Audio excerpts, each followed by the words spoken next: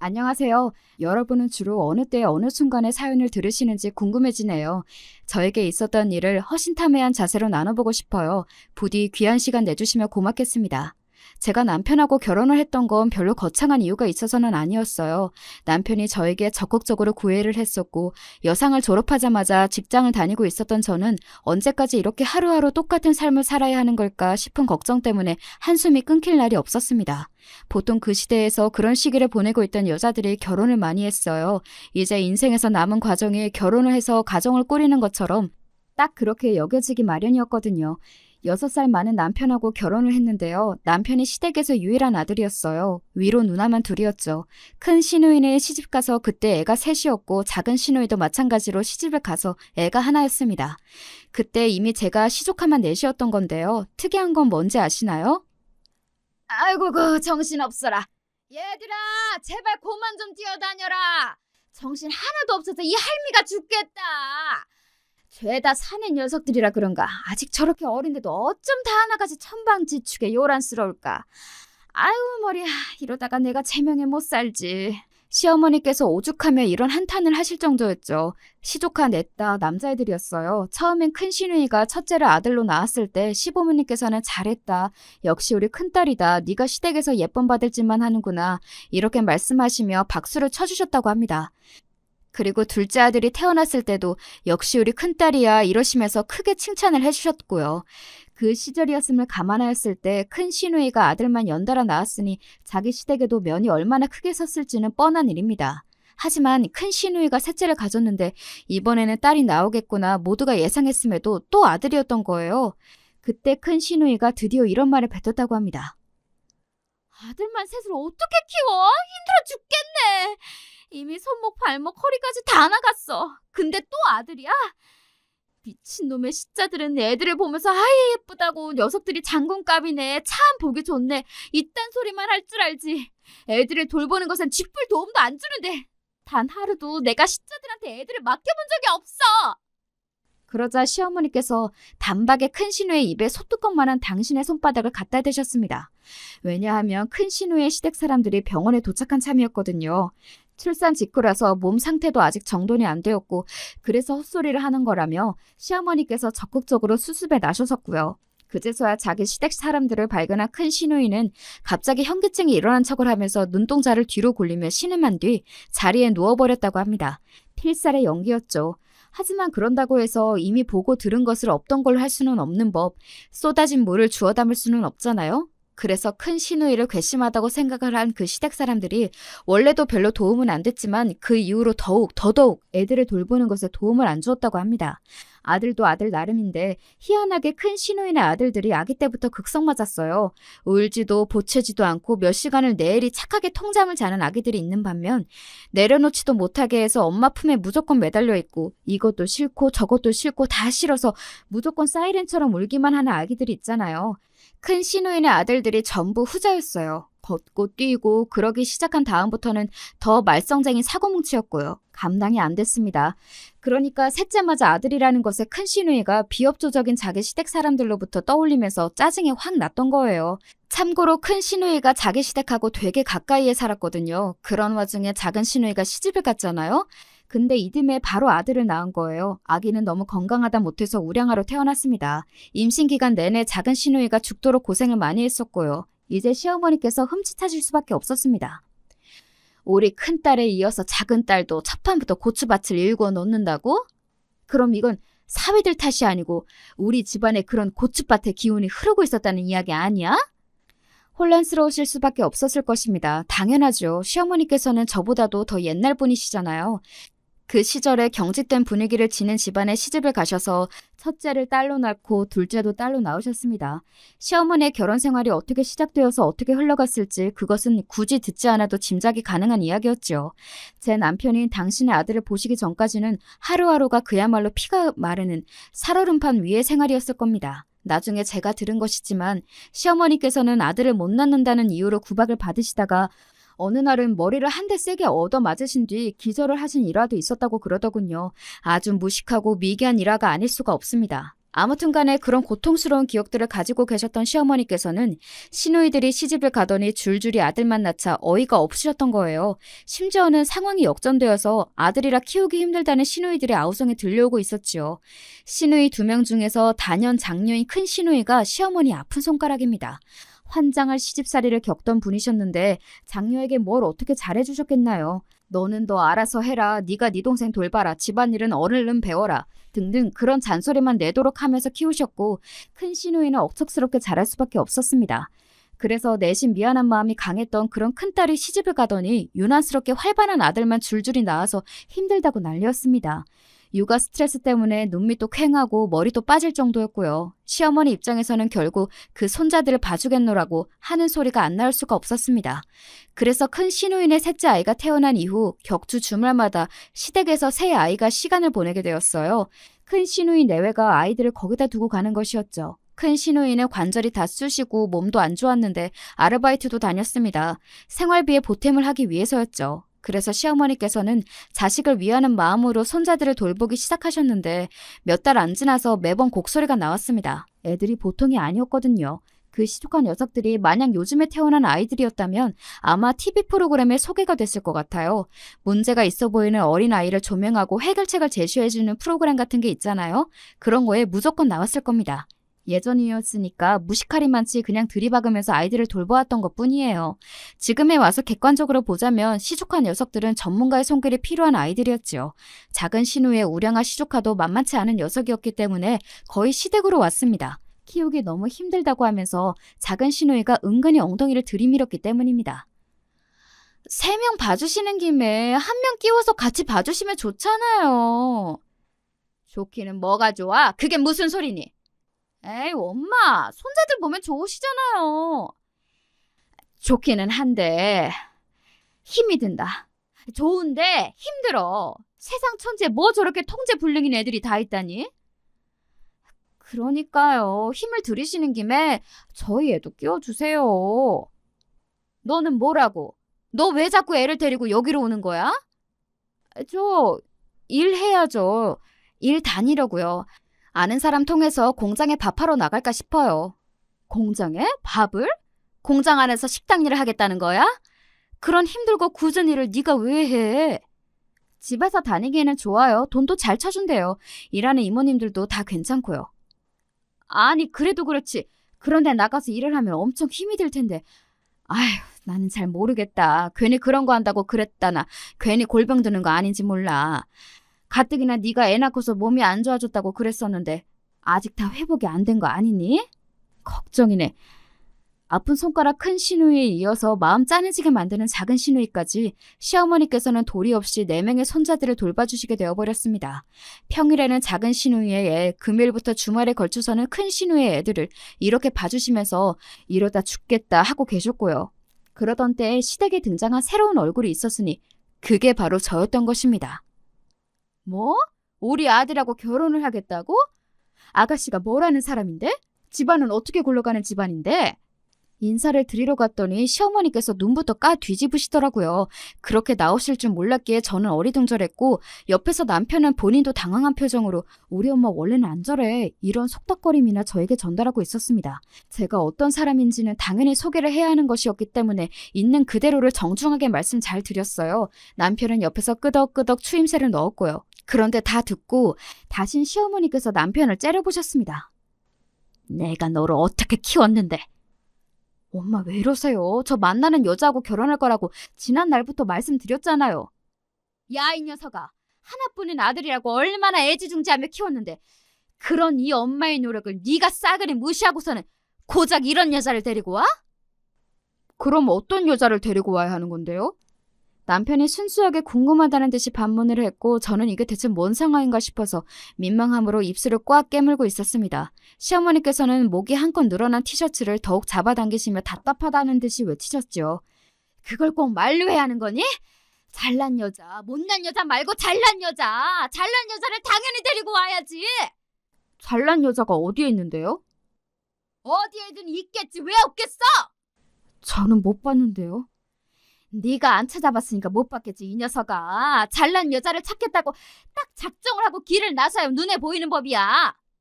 전혀 모르겠는데요? 응? 이 녀석이 그래도 자꾸 이러네. 네 누나들한테 가서 물어보든지 해. 결혼 선배들이잖아. 결혼 선배들 아니고 정확히는 결혼 망친 선배들 아니에요? 누나들이 괜히 결혼 잘못하는 바람에 엄마가 지금 이렇게 피골이 상접하신 거 아니에요? 남편이 멀뚱멀뚱하게 정말 아기 없이 순수한 궁금증으로 가득 찬 반문을 던졌습니다. 시어머니께서는 기가 막히고 말문은 더 막힌다는 기색이 되셔서 벌어진 입을 뻐끔뻐끔 거리기만 하셨고요. 바로 그때 제가 해서는 안 될 실수를 저지르고 말았습니다. 저도 모르게 웃음이 팍 튀어나갔고 그러자마자 간신히 입을 꽉 다물었던 거예요. 즉시 싸늘한 시어머니의 눈빛이 저에게 꽂혔습니다. 웃어? 아가씨는 지금 이게 웃겨? 아니요, 안 웃깁니다. 제가 잠깐 사례가 들려서. 사례 따위는 들린 적 없었지만 최선을 다해 변명을 했습니다. 남편이 그때 말을 그렇게 하는 바람에 갑자기 웃음이 튀어나갔던 건 불가항력적인 일이었다고 지금도 생각을 해요. 솔직히 너무 웃기잖아요. 결혼 선배들이 아니라 결혼 망친 선배들이라니. 아니 물론 제가 그때까지는 시누이들이 어떤 사람들이 그간 어떤 이야기들이 있었는지 전혀 몰랐기 때문에 단순히 말이 웃겨서 웃었던 것뿐이었습니다. 저는 첫인상에서 시어머니께 제대로 찍히고 말았고 그럼에도 남편과 금방 결혼해서 부부가 될 수 있었습니다. 제가 못마땅한 며느리감이라고 한들 시어머니 입장에서 뾰족한 대안이 있으셨던 것도 아니니까요. 뒷짐만 지고 계시던 시아버지께서는 딱 한마디를 남기셨고요. 잘난 여자를 데리고 오라고 하면 그게 말처럼 되나? 본인이 잘난 남자여야 잘난 여자를 만날 수 있는 거지.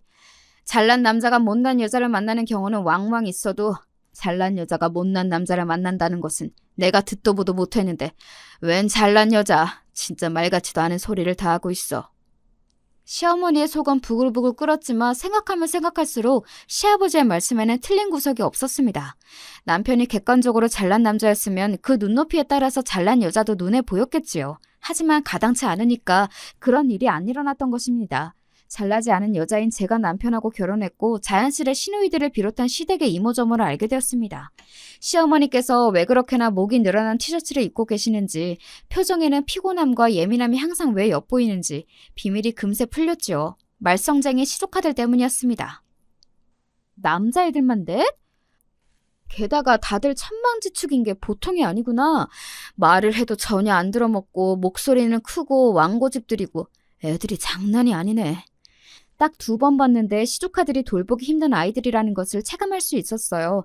저는 다니던 직장이 돌아가는 상황이 어려워지면서 계속 다닐 수 있을지 없을지 걱정이 되고 있었는데 그러던 시기에 제가 결혼을 해버리니까 직장 측에서는 저보고 그만두라는 말을 하더라고요. 그때만 해도 그 정도 어설픈 규모의 업체들은 여자가 결혼을 하면 무조건 그만둬야 한다는 시기였습니다. 어차피 상황도 안 좋은 것을 제가 진작에 알고 있었으니 그래서 결혼한 뒤로 그만두었어요. 아주 잠깐만 쉬다가 새로 직장을 잡을 요량이었는데 시어머니께서는 저에게 일을 주겠다고 하셨습니다. 너 일자리 새로 구하지 마라. 너는 따로 할 일이 있다. 네? 제가요? 대체 무슨 일인데요? 애들 봐야지. 애들이라는 소리를 듣자마자 심장이 철렁 내려앉았습니다. 통제가 안 되는 남자애들 넷 얼굴이 눈앞을 스쳐가면서 주저앉고만 싶었죠.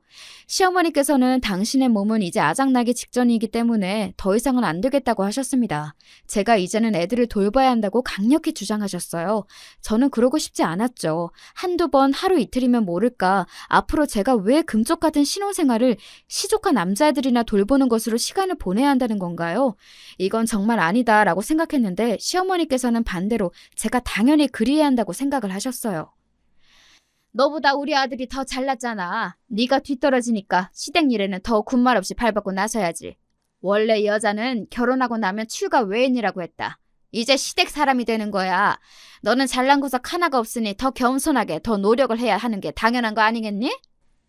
저는 다니던 직장도 날아갔고 남편의 직장이 제가 원래 다니던 곳보다 낫기는 했죠. 하지만 그거 가지고 남편이 더 잘났다고 그리 말씀을 하시는 시어머니 앞에서 제가 진짜 뭘 어떻게 해야 할지 고민이 컸습니다. 일단 일자리가 없는 상태였으니 시어머니의 말씀을 따르기는 해야겠다고 생각을 하던 그때였어요. 작은 시누이의 둘째 임신 소식이 들려왔습니다. 그러면 무조건 이제 시조카가 더 늘어나게 생긴 거잖아요. 애들 돌보는 것이 대비는 되어 있어야 되겠다 싶어서 제가 일단 시조카들을 보게 되었습니다. 시댁으로 와서 좀 거두는 것부터 시작을 하라고 분명히 그러셨던 시어머니께서는 제가 도착하자마자 처음부터 입장을 싹 바꾸셨고요. 아이고 허리야. 아우 머리야 나 죽겠다. 힘들다고 하시며 드러누우셨어요. 애들을 돌보는 거 전부 저의 몫이 되어버렸고요. 와, 그 어린 꼬맹이 남자애들 넷을 돌보는데 왜 그렇게 힘이 들던지요. 기절하는 줄 알았습니다. 상상을 초월하더군요. 애들이 하나같이 되바라지고 말을 안 들어먹어서 너무 힘들었어요. 그런데 얼마 후에 놀라운 전말이 드러났습니다. 작은 시누이가 둘째를 낳고 얼마 안 됐을 때였는데요. 병원에 다들 동시에 모여서 이런저런 대화를 나누다 보니까 황당한 전말이 밝혀지고 말았어요. 큰 시누이 남편이 있잖아요. 큰 심해부요. 평일 주말 안 가리고 들쑥날쑥 일을 나가시는 분이라서 항상 바쁘셨던 분인데 그동안 본인의 양친을 비롯한 가족들에게 애들을 가끔 맡기자고 그런 건의를 큰 시누이한테 몇 번 했었더라고요. 근데 큰 시누이가 그걸 다 거절했던 것입니다. 이유가 뭐냐고요? 그러면서 자기 시댁과 다시 가까워질까봐 그게 싫었고 괜히 시댁에 빚 하나라도 지는 기분이 드는 게 싫어서 그랬더라고요. 자기 시댁하고 거리를 두고 싶어서 일부러 큰 시무배의 건의를 못 들은 척 해왔습니다. 자기 친정에 꼬박꼬박 애들을 갖다 두고 말이지요. 그리고 작은 시누이 있잖아요. 공장의 식당에 주 5일인가 주 6일인가 나가서 일하는 줄 알았는데 주 2일이었습니다. 어쩐지 둘째 임신을 하고 나서도 일을 꽤 오래 안 그만두길래 신기하다 싶었죠. 그걸 눈물겨운 고생이라고 착각하셨던 시어머니께서는 배신감에 휩싸이셨습니다. 이것들이 정말 너희들 너무하는 거 아니야? 그가 나를 기만하면서 내가 죽어라 고생하게 만든 거였니? 이 치사하고 못된 것들아! 당연히 집안이 뒤집어졌고 시어머니의 기분이 크게 상했죠.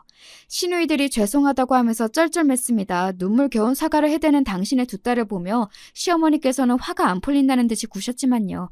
시누이들이 저 자세로 나오는 것에 이미 마음이 누그러지셨다는 게 보였습니다. 시누이들한테 옛날에 미안한 점이 많으셨던 시어머니셨으니까요. 그리고 결국 친딸들이잖아요. 팔은 안으로 굽는 것이었죠. 기만을 당했다는 것에서 오는 분노, 그런 건 딸들이 아니라 애꿎은 며느리한테 풀면 그만이라고 여기시는 듯 보였습니다. 근데 요새는 내가 다 애들을 돌봤는데 어머님은 계속 노셨는데? 그리고 그 가운데서 저는 그런 생각을 하고 있었죠. 저의 고생은 사라져 있었어요. 거참 희한한 일이었네요. 시아버지께서는 바깥으로 도시는 분이었습니다. 무뚝뚝한데 다혈질이기까지 하셨고요. 사시는 동안 시어머니께서 얼마나 쌓인 게 많으셨겠나요. 그 스트레스도 전부 며느리한테 풀고자 하셨습니다. 이제 시누이들이 웬만하면 자기 애들을 죽이 되든 밥이 되든 알아서 돌보겠다고 해서 시댁이 드디어 한적해졌는데요. 저한테 이제는 밖에 나가서 돈 벌라고 성화를 부리시던 시어머니 때문에 일자리를 구했습니다. 그래서 시댁에 다시 자주 드나드는 일이 없을 줄 알았어요. 하지만 착각이었죠.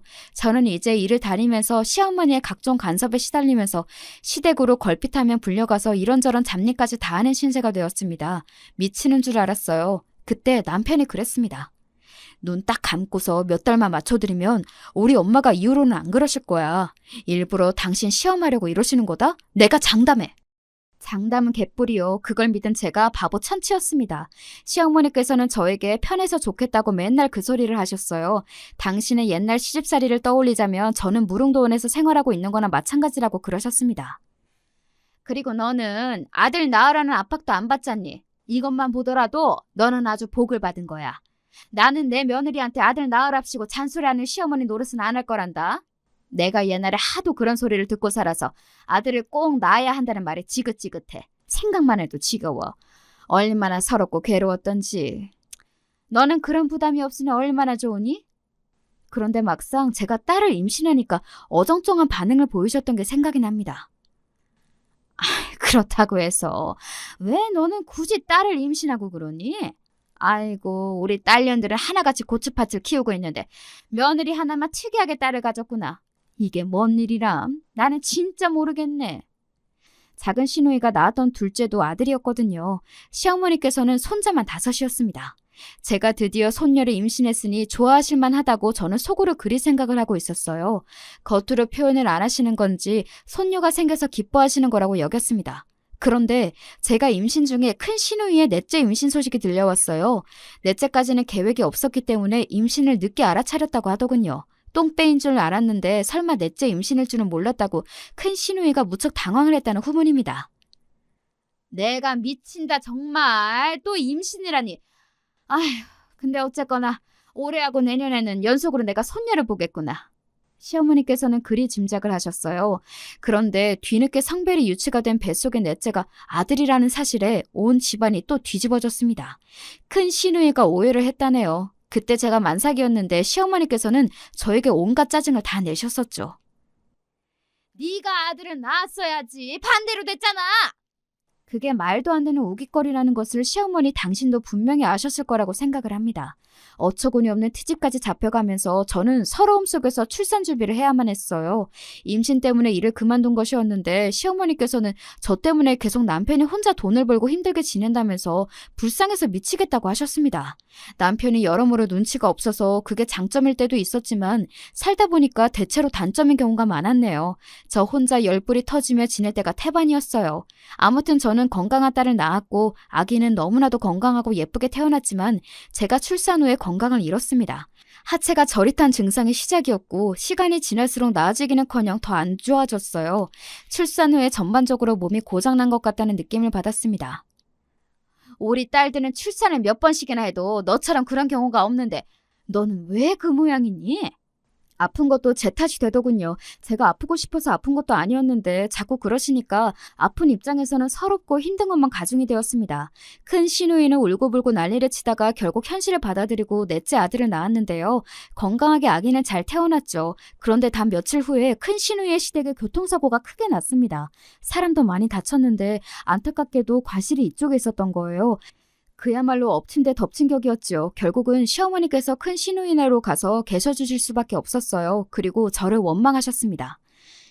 네가 애 낳고서 들어눕지만 않았어도 네가 다 같이 아기를 봤으면 됐을 텐데 네가 다 망쳤구나. 너 때문에 전부 꼬였어. 제가 왜 큰 시누이의 넷째를 제 딸하고 같이 돌봤어야 했다는 건가요? 말도 안 되는 소리 앞에서 저는 너무 힘이 들었습니다. 아프고 힘들 때 당한 서러움은 오래가고 안 잊혀진다고 하던데 진짜 그렇더라고요. 제 가슴에 비수가 되어서 그 말들이 꽂혔습니다. 참고 용인하고 그냥 좋은 게 좋은 거지 하면서 살려고 그렇게 노력을 하다 보니까 결국 내 자리를 내가 이렇게 만들었구나. 나는 좋은 마음으로 그랬던 것인데 왜 이렇게 되어버렸을까? 후회가 막심하였습니다. 무엇보다 몸이 안 따라줘서 힘들었어요. 큰 시누이네 시댁에 그런 대형 사건이 터졌는데 제가 아프고 힘들다고 징징거릴 수조차 없었습니다. 그렇게 하소연을 할 것도 없었고요. 그런 생활이 생각보다 꽤 오래갔고요. 제가 언제 사람답게 일상을 보낼 수 있게 되었는가 하면 저희 딸이 7살 무렵이었습니다. 그때가 되니까 무리 없이 돌아다니는 것도 컨디션이 확 떨어지거나 근육이 달달 떨리는 것도 없어지더라고요. 제가 수년을 꼼짝없이 앓으면서 보냈던 것이지요. 그쯤 되니까 큰 시누이네 애들이 많이 컸잖아요. 사고를 치기 시작하더군요. 떡잎부터 문제가 많더니 기어이 사고뭉치로 자랐습니다. 첫째가 불량하니까 둘째도 따라가는 형국이었지요. 그나마 셋째는 애가 좀 생각하는 게 괜찮은 듯 보였고요. 넷째는 너무 어려서 그때는 감이 안 잡혔는데 윗물이 맑지 않으니 여기도 걱정이 됐습니다. 거기 애들이 하도 난리니까 작은 시누이가 자기 친정 언니네를 절대 안 가려고 하더군요. 자기 애들한테 나쁜 거 옮길까 봐 걱정이라고 했어요. 이런 문제들이 있던 와중이었고요. 이제 슬슬 저희 딸도 학원을 보내도 좋을 것 같아서 그때 피아노 학원을 알아봤어요. 근데 시어머니께서 엄청 화를 내시는 거예요. 돈이 어디에 있어서 학원이야? 뭐? 피아노? 돈도 없는데 네가 미쳤구나? 큰 시누이 시댁에 대형 사고가 터졌을 때 남편이 입을 싹 닫고 있을 수는 없었고요. 그래서 좀 도와줬어요. 없는 형편에도 한 3년 정도를 계속 도와줬습니다. 그리고 저는 아파서 땡전 한 푼 못 벌었고 한약 먹느라 돈만 들었지요. 쑥쑥 크는 아이한테 들어가는 돈은 매년 늘어났고요. 그랬기 때문에 이것만 보자면 시어머니께서 화가 나실만 했습니다. 돈 한 푼 안 버는 주제에 학원 나발을 불어? 제발 우리 아들 고생 좀 그만 시켜라. 하지만 제가 시어머니 화를 돋우기 위해서 아이를 학원에 보낸다고 했을까 봐서요. 절대 아니었죠. 어머님, 손녀를 봐서라도 넘어가 주세요. 어머님이 하나뿐인 손녀잖아요. 며느리는 주는 거 없이 얄미워도 하나뿐인 손녀는 다르잖아요. 그러니까 왜 네가 손녀를 낳은 거야? 왜? 하나뿐인 손녀가 왜 너한테서 나와?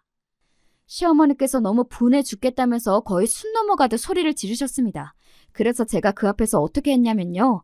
울었어요. 엉엉 울었습니다. 그러자 시어머니께서 당황해서 굳으시더군요. 이게 드디어 정신을 놨나? 왜 이래? 어머님, 곧 내가 초등학교 입학하는데 뭐 해주실 거예요? 손자들한테는 때마다 뭐 하나라도 쥐어주셨는데 소녀한테만 아무것도 안 해줄 것 같아서 저는 벌써부터 걱정이 돼요. 맨날 말썽이나 피우고 사고뭉치 구제불능인 손자들한테는 친근하게 구시면서 왜 얌전하고 착하기만 한 소녀한테는 쌀쌀맞게 구시나요? 왜요? 저라고 해서 여태까지 아무 생각 없었던 줄 아시나요? 너 때문이잖아. 바로 네가 네 딸을 미움받게 만든 거야. 애가 생긴 것도 너를 닮았잖아. 원래 딸은 아빠 닮거든? 근데 아니라서 내가 보통 찜찜한 게 아니야. 뭐라고요? 지금까지 그런 생각을 하고 계셨던 건가요? 어머님, 저요. 진짜 출산하고 나서 아프고 힘들었어요. 그때 정말 죽는 줄 알았어요.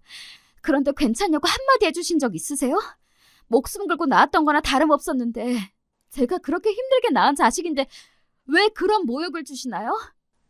제가 가슴을 치면서 오열했고 시어머니께서는 제 버르장머리를 못 봐주겠다고 하시면서 당신이 단단히 화가 났음을 제 남편에게 다 알릴 거라고 하셨습니다. 그날 밤 남편이 시댁에 들렀다가 귀가를 해서는 저한테 한숨을 쉬더군요. 당신 왜 그래? 이제 살만하다고 그랬잖아. 그렇게 말한 지 얼마나 됐다고 이래? 그래서 제가 남편 앞에서도 오해를 했습니다. 남편이 놀라서 뒷걸음질까지 치더군요. 달래려고 가까이 와야지 왜 더 멀어진 걸까요? 지금 생각하니 하나부터 열까지 답답한 남자입니다. 나 힘들어. 나 죽겠어. 더 이상은 나 이렇게는 못 살아. 우리 딸 데리고 나갈 거야. 뭘 나간다는 거야? 당신 돈도 없으면서. 그거를 해서라도 살 거야. 어떻게든 알아서 할 테니까 벗어나고 싶어. 이렇게 계속 사는 것보다는 나을 것 같아. 나 분명히 말하는데 진심이야. 제가 울면서 말을 하자 남편이 충격에 빠진 얼굴로 한참 침문만 지키다가 말을 하기를 심각한 줄 몰랐다고 하더군요. 제가 반쯤 장난으로 시어머니 때문에 힘들다고 시누이들 때문에 미치겠고 시조카들 때문에 진이 빠진다고 그러는 줄 알았다고 했습니다. 제가 그 말을 듣고 당신이야말로 장난하냐고 따졌어요. 여태까지 제가 심각한 줄 몰랐다는 것 자체가 허무했습니다. 그런데 남편은 진심으로 여태 아무 생각이 없었고 한 귀로 듣고 한 귀로 흘리는 사람이었던 거예요. 이런 남자와 지금껏 살았다는 게 기가 막혔지요. 이제야 심각하다는 걸 알았으니 남편이 해결을 하겠다고 나섰습니다. 주말에 시댁으로 같이 가서 시어머니를 배웠어요. 남편이 시어머니의 최종 의견부터 먼저 듣겠다고 했고요. 그러자 시어머니께서 이미 이겼다는 표정으로 저를 쳐다보시더니 삿대질을 날리셨습니다. 저것 봐라. 또 힘든 척하네. 일부러 루즈도 안 바르고 머리도 산발을 하고 온 것 봐라. 하나도 안 힘들면서 저러는 게 아주 특기야. 나는 그동안 얼마나 힘들게 살았는데 우리 딸도 얼마나 힘들었는데 저것만 아주 매사에 천하태평이라니까. 얼굴이 벌겋게 된 채로 저에 대한 오만 험담을 길게 늘어놓으셨어요.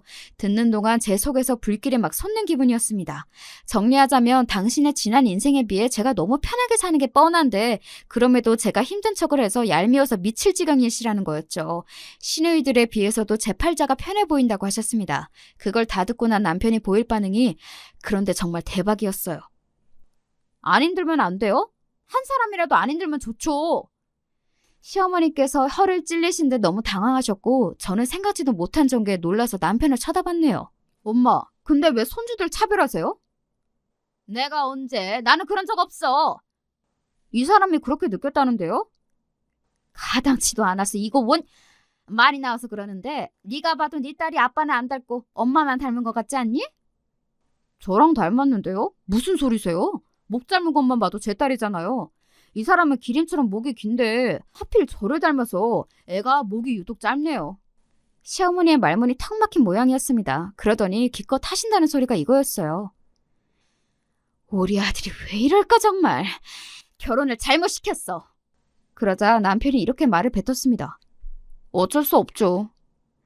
그 어떤 말보다도 사람 할 말 없게 만드는 말이었습니다. 제 입장에서는 남편 같은 사람 진짜 답답하고 돌아버리는데 시어머니 입장에서도 똑같이 그러하다는 걸 알게 돼서 그나마 다행이라는 기분이 처음으로 들었습니다. 남편이 멀뚱멀뚱한 표정으로 시어머니의 목구멍을 막히게 만들어드린 이후 제가 적어도 시댁 때문에 화병 걸려서 밤에 잠을 못 자는 일은 거의 없었던 것 같아요. 역시 중간에서 남편이 역할을 잘하면 되는 게 시댁 문제이자 고부 갈등인 것 같더라고요. 남편이 능력 좋은 남자였다면 참 행복했겠죠. 하지만 아니었어요. 원래도 돈을 아주 잘 벌어다 준 적은 없었고요. 그럭저럭 벌어왔는데 저희 딸이 중학교 올라가던 때에 이직을 잘못해버렸습니다. 제가 그렇게나 회사 옮기지 말라고 했었는데. 여기서 더 늦으면 이제 이직을 하고 싶어도 못한다? 지금이 마지막 기회야. 남자는 도전이지. 결국 안 들어먹더니 사람 헛바람 불어넣는 이상한 회사에 들어가서 회사가 망할 때 같이 망했습니다. 그 덕분에 저희 딸은 중학교, 고등학교 내내 학원 하나를 못 다녀봤고요. 대학은 학비가 거의 안 들고 취업률이 아주 높은 전문대에 들어갔습니다. 정말 미안했어요. 그런데 저희 딸은 단 한 번도 지나가는 말로라도 자기 부모를 원망한 적이 없었습니다. 제 자식이어서가 아니라요. 정말 성실하고 착하고 매사에 야무지고 차분합니다. 세상에 둘도 없는 효녀이고요. 고등학교 때 주말에 잠깐씩 아르바이트 한 걸로 자기가 쓸 것도 벌고 그것마저도 다 안 쓰고 조금씩 모았다가 저랑 남편한테 작은 선물 하나씩 주었던 그런 자랑스런 딸입니다. 저희 부부가 다른 건 몰라도 정말 자식복 하나는 끝내주게 타고났어요. 자기가 어렸을 때 제가 몸이 아파서 힘들어했다는 것도 알고서는 저한테 항상 미안하다고 그랬던 딸입니다. 그래서 자기가 더 효도해야 한다고 말을 해온 그런 착한 딸이에요. 제가 어렸던 딸한테 해줄 수 있는 걸 더 못해줬기 때문에 미안할 따름이었는데 반대로 딸에게서 위로를 받을 줄은 몰랐습니다. 저보다 딸이 100배, 1000배로 나아요. 이렇게 괜찮은 아이니까 의사를 준비하던 의대생의 눈에도 들어왔던 거겠지요? 저희 딸이 전문대를 졸업하고 나서 바로 취업을 했었는데요. 그런 다음에 생긴 남자친구가 의대생이었어요. 저는 사실 그걸 몰랐고요. 사귀는 남자친구가 공부하느라 계속 바쁘고 뭐 그렇다고 하길래 저는 공무원을 준비하는 경우인 줄로 착각을 하고 있었어요. 그런데 알고 보니까 의대생이었더라고요. 인턴이 되었을 때 그쪽에서 먼저 저희 딸한테 결혼하자고 그랬고요. 저희 딸도 너무 기쁘게 그 청혼을 받아들였고 그제서야 집에다가 말을 해왔던 것입니다. 저랑 남편이랑 웬 의사 사위인가 싶어서 얼마나 놀랐던지 모릅니다. 왜 여태까지 말을 안 했냐고 다그쳤더니 딸이 먹적은 얼굴로 이렇게 말을 하더군요. 의대생이랑 사귀다가 의대생이 의사가 되고 나면 헤어지는 경우가 많다고 들어서요.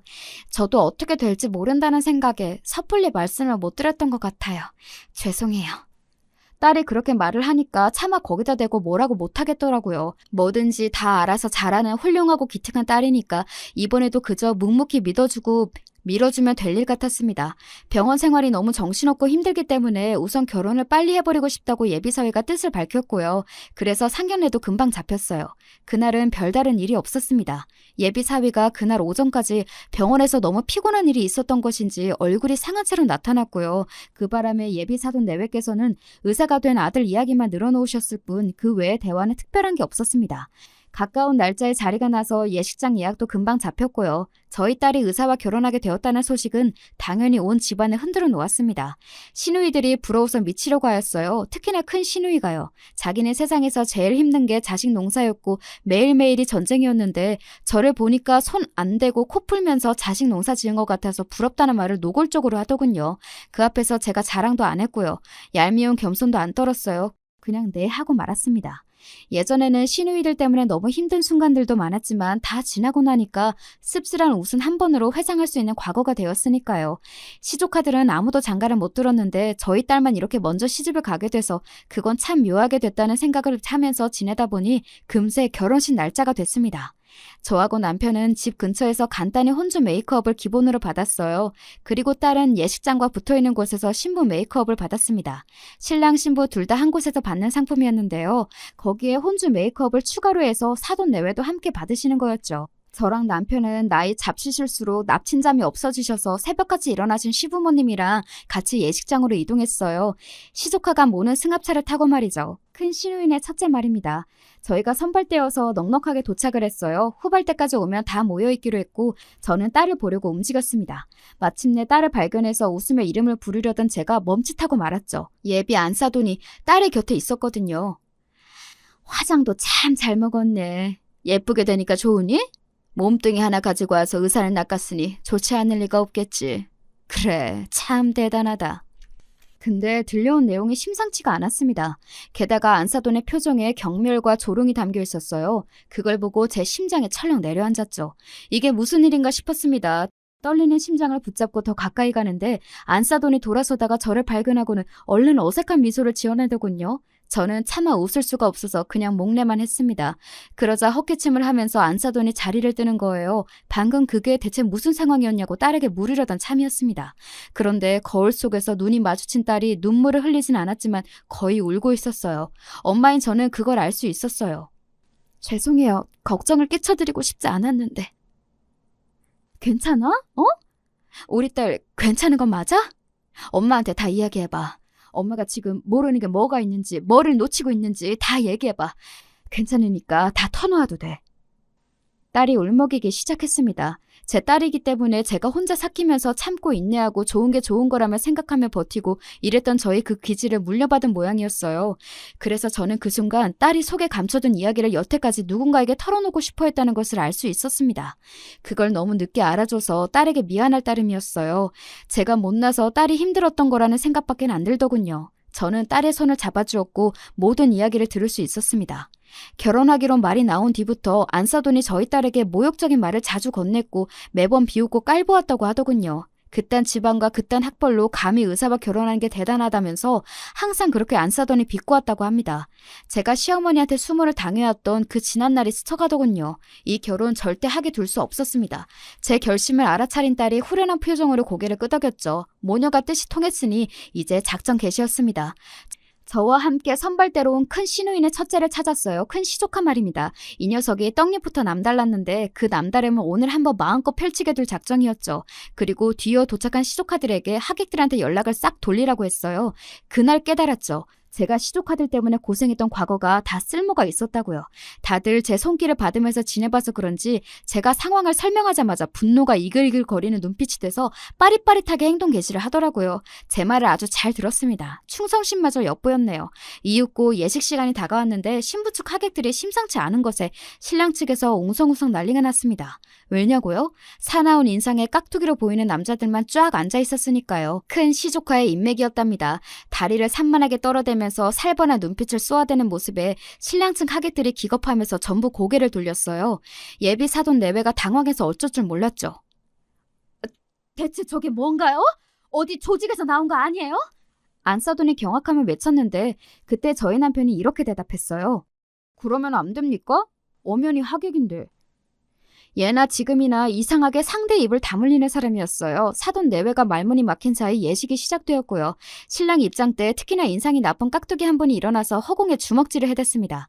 그러자 놀란 예비사위가 입장을 하다가 나자빠지는 사고가 있었죠. 제 딸은 우아하게 입장을 잘했고요. 환하게 웃는 모습이 예뻤습니다. 신랑 측 하객들은 자꾸만 신부 측 자리에서 살벌한 눈빛이 날아오니까 집중을 못하고 불안과 공포에 떨기만 했고요. 어영부영 축가 순서가 되었고 제가 자리에서 일어나 마이크를 잡았습니다.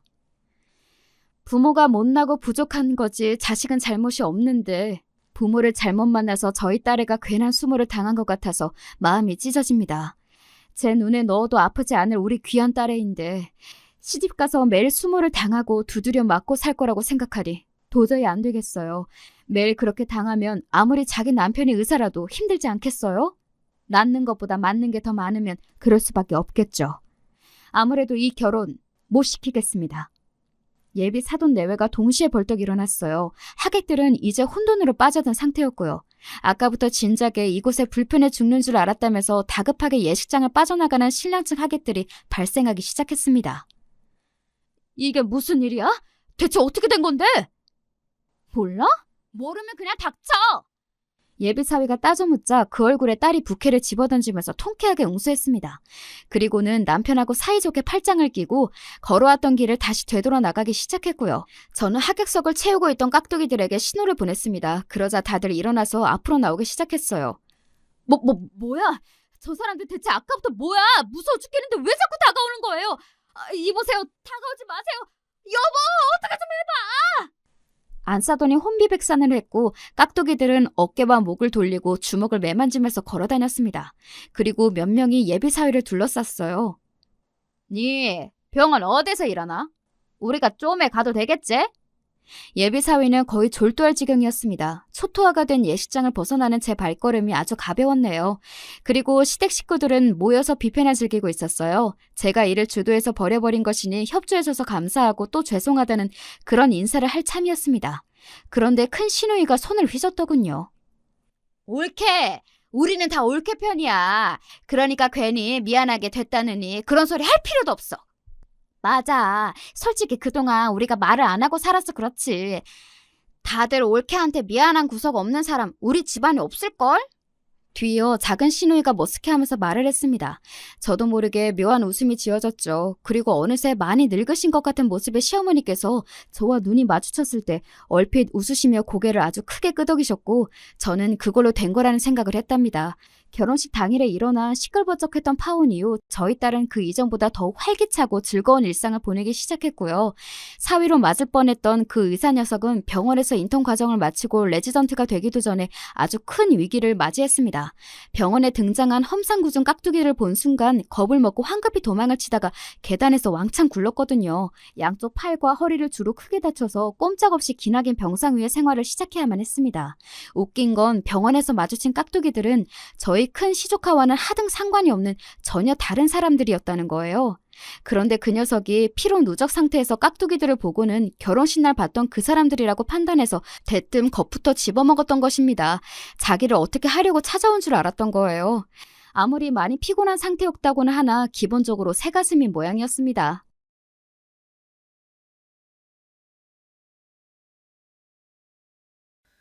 안녕하세요. 전 곧 환갑을 앞두고 있는 장년 여성입니다. 이 나이대쯤 되면 사연 없이 사는 사람은 극히 드물 거라 생각됩니다.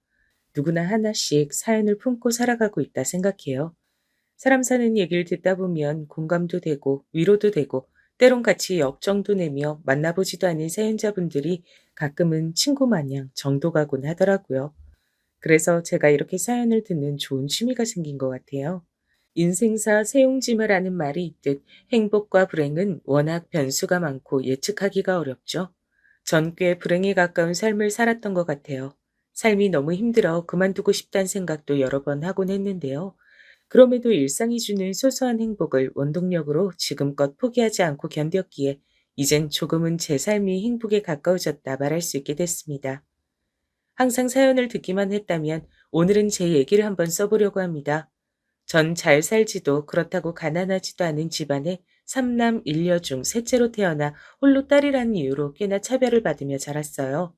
엄만 6살이란 어린 나이 때부터 집안일을 알려주셨죠. 빨래나 설거지, 그리고 집 앞을 쓸고 바닥을 걸레질하게 시키셨어요. 워낙 어릴 때라 잘 기억나진 않지만 그렇게 집안일을 마치면 엄만 음식 준비를 하셨고 전 어린 동생이 자고 있는 방에서 자곤 했어요. 여느 때와 같이 포대기로 감싸져 있는 동생 옆에 자고 있던 어느 날 동생이 귀를 찌를 정도로 크게 우는 바람에 잠에서 깨고 말았죠. 동생에게 가까이 가보니 얼굴이 시뻘개진 채 울고 있었어요. 그 순간 엄마가 달려와 다짜고짜 저한테 소리를 지르더라고요. 분노에 찬 악에 바친 소리였어요. 너, 네 동생 이렇게 얼굴 뻘개져서 울고 있을 동안 뭐 했어? 동생 잘 보라고 방에 같이 뒀더니 이 지경으로 만들어? 제가 뭐라 변명할 새도 없이 엄마는 제 팔뚝을 치시며 말씀하셨어요. 제가 입을 떼기도 전에 동생을 병원에 데려가야겠다며 나가셨죠. 그리고 그날 갑작스러운 열병을 앓던 동생은 병원으로 가던 도중 그 어린 나이에 세상을 떠나고 말았습니다. 니년 때문이야. 니년 때문에 우리 승민이가 죽은 거라고. 네가 옆에서 잘 돌봐줬으면 이렇게 허망하게 죽진 않았을 게야. 어린 나이에 들은 엄마의 책임 전가에 전 아무것도 모르고 그저 죄송하다며 무릎을 꿇고 빌었어요. 그 나이에 전 죄책감이라는 벌에 온몸을 부들부들 떨며 눈물을 흘리고 있었죠. 이후 아버지의 체벌이 있으셨어요. 제 종아리를 회초리로 있는 힘껏 때리셨고 전 그날 걷기도 힘들 정도로 팅팅 부은 다리를 싸매고 혼자 눈물을 훔친 채 연탄불 하나 떼지 못한 방 안 구석에 웅크린 채 잠을 청했답니다. 그리고 동생의 장례식이 치러졌죠. 순간순간 저를 노려보던 어르신분들의 그 눈초리를. 저는 그 눈빛과 말들이 몇 해가 지났음에도 아직도 생생히 기억이 남네요. 저 년이지? 지 동생 잡아먹은 년. 그렇다니까. 어디 계집으로 태어나 하나뿐인 즉 귀한 남동생을. 친지 어리신 분들은 어린 제가 앞에서 듣던 말던 대놓고 손가락질을 하며 혀를 차시거나 욕을 하셨고 전 장례식 내내 그 얇은 모시적삼이 축축히 젖어갈 정도로 눈물을 훔쳤답니다. 이후로 부모님에게 오빠들과의 차별은 물론이고 덩달아 미움까지 사게 됐습니다. 제가 하는 모든 것들을 못마땅해 하셨어요. 국민학교에 올라간 뒤였어요. 식사를 하자며 작은 원통 식탁을 들고 오시던 엄마가 말하셨죠. 우리 아들들 맛있는 고등어 먹자. 엄마가 아들들 먹으라고 연탄불에 구웠어. 엄마, 저는요? 니녀는 그냥 김에 간장 한 종지면 족하지 뭘 바라는 거니? 지금 주는 밥마저 뺏기기 싫으면 그걸로 감사해 하며 먹어라. 네. 저는 항상 주눅이 들어있을 수밖에 없었습니다. 오빠들에게 기름 발린 고등어에 가시를 발라주며 흰 쌀밥 위에 양손 정성스레 올려주는 엄마를 한번 쳐다봤고 그저 보리밥을 싼 김에 간장 한 방울 찍어 먹으며 풍기는 고등어구이 향만을 음미할 수밖에 없었어요. 밥을 먹어도 허기가 진다는 말이 어떤 건지 알 수 있었죠. 학교를 갈 때에도 엄마의 시선은 온통 오빠들에게만 집중돼 있었어요. 상민아, 영민아, 도시락 가져가야지. 도시락 가져가라는 엄마의 말에 후다닥 다시 돌아오던 오빠들은 도시락 보자기를 챙기며 말했어요. 오늘은 소세지 넣었어? 그럼 엄마가 오늘은 소세지랑 계란 후라이 같이 넣어줬어. 환히 웃으며 말하던 엄만 이후 저를 보더니 아까와는 다른 무뚝뚝한 표정으로 말씀하셨어요. 너는 학교 안 가고 뭐 하는 거니? 엄마, 저도 점심에 도시락 먹고 싶어요. 한 번 용기 내어 엄마에게 두 손을 모아 공손히 부탁해 봤어요. 하지만 다가오는 대답은 달라진 게 없었죠. 계집 주제의 정신 타령은 아침 저녁 챙겨주는 것만으로도 고맙게 여겨라. 어디 이판국에 삼시세끼를 먹으려 하는 거야, 금방지게. 헛소리 할 거면 학교 가지 말고 집에서 일하든가. 아니에요. 죄송해요, 엄마. 학교 다녀올게요. 결국 아무 수학 없이 오빠에게 물려받은 낡아 빠진 책가방을 들며 학교로 향했어요. 소심하고 항상 주눅 들어있는 제 성격 때문인지 쉽사리 친구들은 저에게 다가오지 않았죠. 그러다 보니 국민학교를 다니는 내내 저는 외톨이였습니다. 요즘 들어 소위 말하는 왕따와 같았죠. 그래도 절 괴롭히거나 제게 직접적으로 막말을 하는 애들은 없었어요. 그저 다들 숨어서 뒤에서 속닥거렸죠. 야, 제가 6살 때 동생을 잡아먹은 애라면서? 응? 내가 엄마한테 들었어. 불길한 아이니까 가까이 하지 말라더라. 맞아, 나도 들었어. 실제로 보니까 더 음침해 보이는 것 같아. 야야, 그만해. 저러다 쟤 듣겠다. 애들의 수군거림은 이제 익숙해졌어요. 누가 저에 대해 얘기를 한 건진 너무나도 잘 알기에 일일이 말하며 설명하기 뭐했어요. 엄마가 뒤에서 아줌마들과 제 얘기를 저런 식으로 했던 걸 제가 들었으니까요. 그저 모른 척하는 게 편하기도 했고요. 그래도 저는 학교에 와 있는 시간이 제일 좋았습니다. 차별 없이 동일하게 대해주시는 선생님과 운동장에서 걱정 없이 뛰어놀며 무언가를 배워간다는 것도 항상 어디서나 홀로였던 저에겐 외로움을 달래주는 법과 같았죠. 그렇게 시간이 흘러 13살 때쯤 일어난 일이었어요. 곧 한 해가 마무리돼가는 춥디 추운 겨울날이었죠. 방을 데우기 위해 피운 연탄불에 작은 불씨로 인해 집에 화재가 일어났습니다. 갑작스레 일어난 화재로 저희 집은 순식간에 무너져 내렸습니다. 화재가 난지도 모른 채 방 안에 있던 오빠들과 전 연기가 들어오고 있다는 것도 모르고 있었어요. 오빠들은 서로 장난을 치며 놀고 있었고 전 옆에서 책을 읽고 있었죠. 뒤늦게 책의 글씨들이 뿌옇게 보이고 쾌쾌한 냄새가 나는 걸 인지한 저는 연기가 들어오고 있다는 걸 알 수 있었습니다. 풀이야, 풀. 얘들아, 어서 나와, 어서. 뒤이어 달려온 엄마의 부름에 저희는 급히 방을 빠져나가려 했어요. 오빠들은 우왕좌왕하며 서로 자기가 먼저 나가겠다며 다퉜죠. 그 순간 천장이 불에 탄 석가래가 우르르 떨어졌고 저희 앞을 가로막아 버렸습니다. 절망하고 있는데 그 사이 틈새로 엄마가 손을 뻗어오셨고 이어 큰오빠를 먼저 빼내셨죠. 다음 작은 오빠마저 빼낸 그때였습니다. 하필이면 불길은 더욱 크게 번져가 버렸습니다. 그 사이 불에 달궈진 나무 판자가 떨어지며 파편이 제 볼에 튀었고 전 비명을 지르며 고통에 몸부림쳤어요. 더 이상은 위험하겠다 감지를 한 건지 엄만 이후로 제게 손을 뻗지 않으셨습니다. 전 그저 그 상황이 너무 두려워 방 안에 홀로 갇힌 채 벌벌 떨고 있었는데 안방을 빠져나오던 아버지가 온 힘을 다해 문을 부수고 방으로 와주셨죠. 모포를 둘러싸고 있어 겨우 불길을 면했던 아버지는 제게 신락 같은 희망인 그 모포를 전해주시며 말씀해 주셨어요.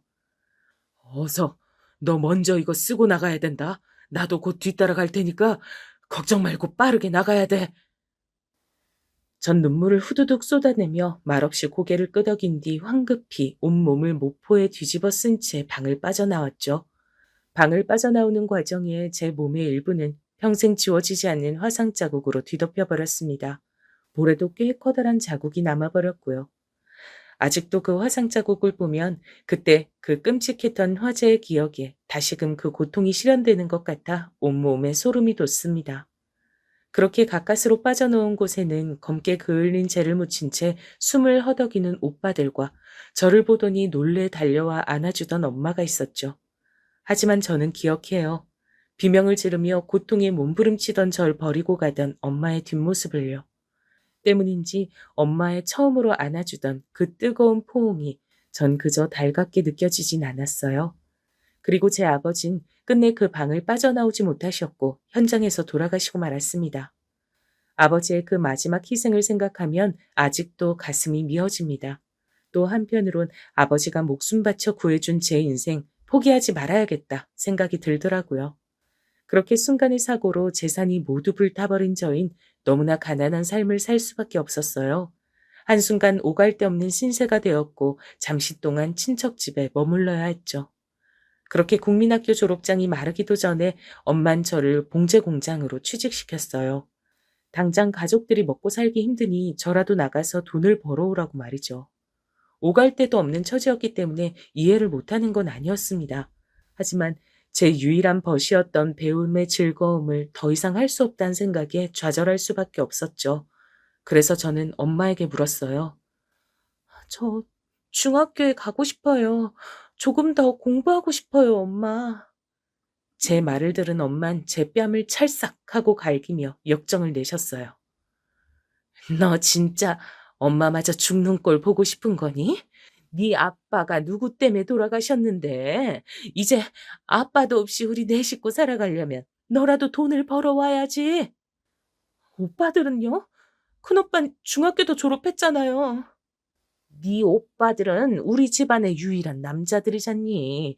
고작 중졸로 학력을 마치게 해서 되겠어? 네 오빠들은 이 어미가 꼭 대학교까지 보내고 말 거야. 저는요.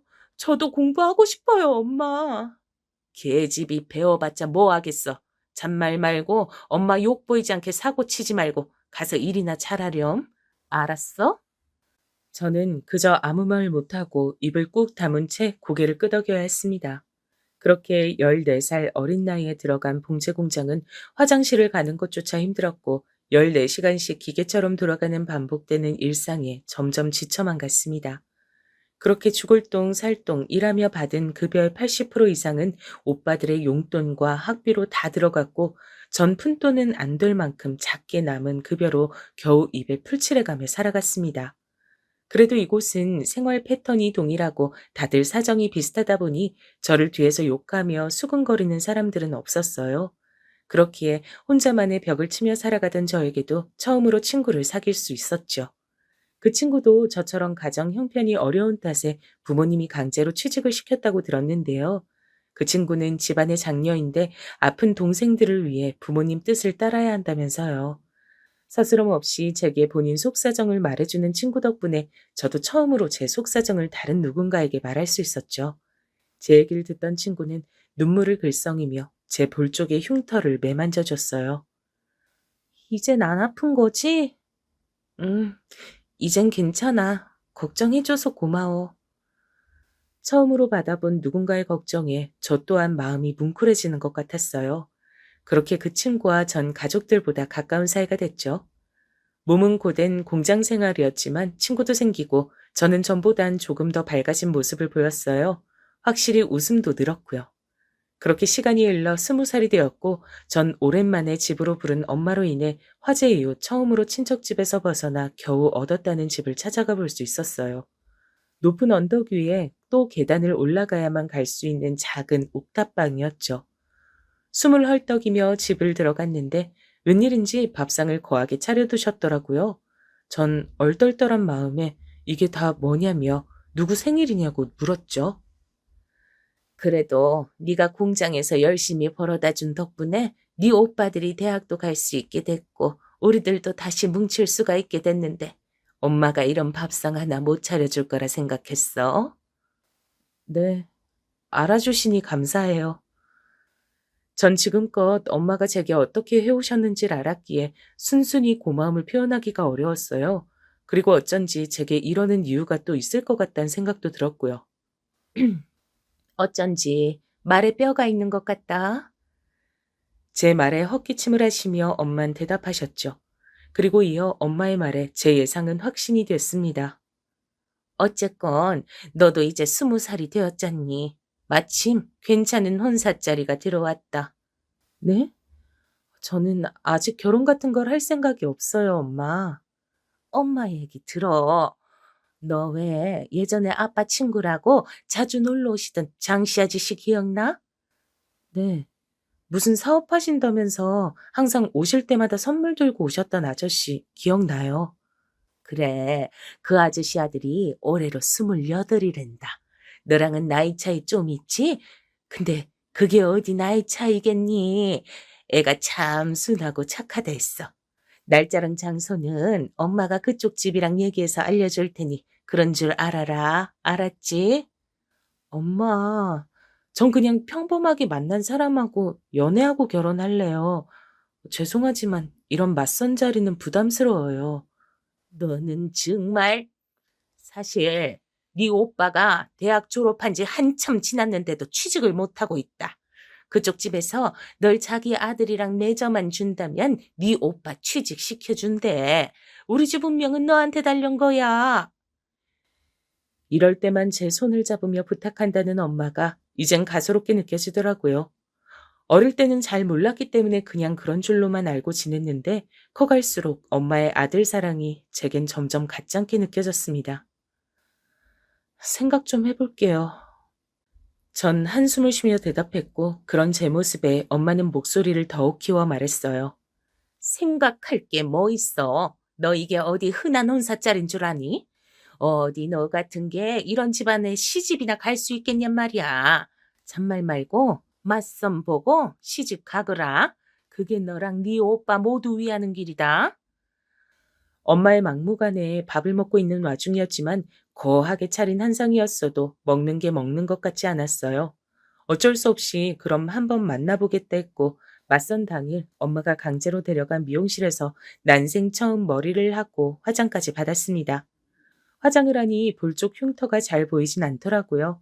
이후 골라준 옷을 입고 시간 맞춰 맞선 장소로 가니 저보다 먼저 도착한 남자분께서 자리에 앉아 계셨어요. 성함을 여쭤보니 맞다고 하더라고요. 첫인상은 생각보다 나쁘지 않았어요. 사실 엄마가 막무가내로 밀어붙인 맞선이었기에 마음에 들지 않으면 한번 보고 말자 이런 생각으로 나왔는데 인상이 서글서글하니 왠지 모르게 믿음이 가더라고요. 장씨 아저씨는 제게도 좋으신 분으로 기억에 남아있어 앞으로 더 만나봐도 괜찮겠다 싶었죠. 저희는 몇 번 만나본 후 정식으로 교제를 했고 처음으로 데이트를 하던 날 손을 잡는데 얼굴이 새빨갛게 달아오른 게 쑥스러워하는 모습이 귀여워 보이더군요. 그런 순수함에 더 마음이 간 것 같습니다. 가족들도 원하는 결혼이었고 무엇보다 이 사람은 제 몸의 화상 흉터를 보고도 크게 거리끼지 않아 했어요. 이 정도 사람이면 저도 결혼해도 나쁘지 않겠다 싶었죠. 그렇게 교제한 지 두어 달 만에 남자친구의 부모님을 뵈러 갔어요. 장씨 아저씨께선 여전히 인자한 웃음으로 오랜만이라며 절 반갑게 맞이해 주셨죠. 그런데 어머님께선 제가 썩 내키지 않아 하는 눈치였어요. 시종일관 표정을 풀지 못한 채 딱딱한 표정으로 절 대하셨죠. 내가 편히 말을 놓을게요. 괜찮죠? 아, 예, 그럼요. 말씀 편하게 하세요, 어머님. 제 말에 고개를 치켜 세우더니 절 위아래로 훑으며 물으셨어요. 지금 공장에서 6년째 일을 하고 있다고 들었는데 시집 오면 당연히 그만둬야 하는 거 알고 있겠지? 네, 다들 그러시길 원하시면 제가 뜻에 따라야죠. 이런 말긴 잘 알아들으니 다행이네. 원래 아가씨 같은 사람 우리 집안에 한 발자국도 못 붙이는데 우리 집 영감이 믿을 만한 친구 딸내미라 하고 우리 집 아들도 좋다고 하니 허락은 하겠다마는 네, 솔직하게 중학교도 못 나온 며느린 두고 싶지 않았어. 내 아가씨가 썩 마음에 내키진 않는단 말이야. 알아듣겠어? 예비 시어머님의 거침없는 솔직한 입담에 옆에 계셨던 장씨 아저씨가 여보 하며 눈치를 주셨고 그제야 한껏 풀린 목소리로 말하셨죠. 어찌됐건 우리 집 식구가 되면 내 옆에서 집안일도 좀 알려주고 할 테니 나중에 분가하더라도 너가 살림 좀 잘할 때까진 우리 집에서 지내거라. 내 너희 신혼방은 나름 잘 꾸며주마. 알겠지? 전 조심스럽게 네 하며 대답하였고 그렇게 예비 시부모님을 만나 뵌 후 며칠이 지나 결혼 날짜가 잡혔어요. 전 이 소식을 공장에서 만난 하나뿐인 제 친구에게 전해줬죠. 요즘이 무슨 조선시대도 아니고 이렇게 맞선 보고 그렇게 바로 결혼해도 되는 거야? 조금 더 만나보고 진짜 괜찮은 사람인지 파악한 후에 결혼해야 하는 거 아니니? 게다가 그 집에서 시부모님과 같이 살게 되면 엄청난 시집살이가 기다릴 텐데 괜찮겠어? 그 어머님이 널 썩 마음에 안 들어 하셨다며. 제 얘기를 들은 친구는 진심 어린 걱정을 쏟아냈었죠. 전 친구를 괜찮을 거라며 안심시켜 주었고 친구는 그런 절 알았다며 토닥여 줬죠. 시집가서도 잘 살라는 덕담과 함께 말이죠. 하지만 친구의 걱정이 현실이 되는 건 금방이었어요. 시집을 가자마자 전 온갖 시집살이를 했습니다. 많은 양의 손빨래와 이불빨래, 밥 시간대가 되면 어머님의 명령하에 갖가지 반찬들을 조리했고 식구들의 식사가 끝난 후에야 저는 밥을 먹을 수 있었어요.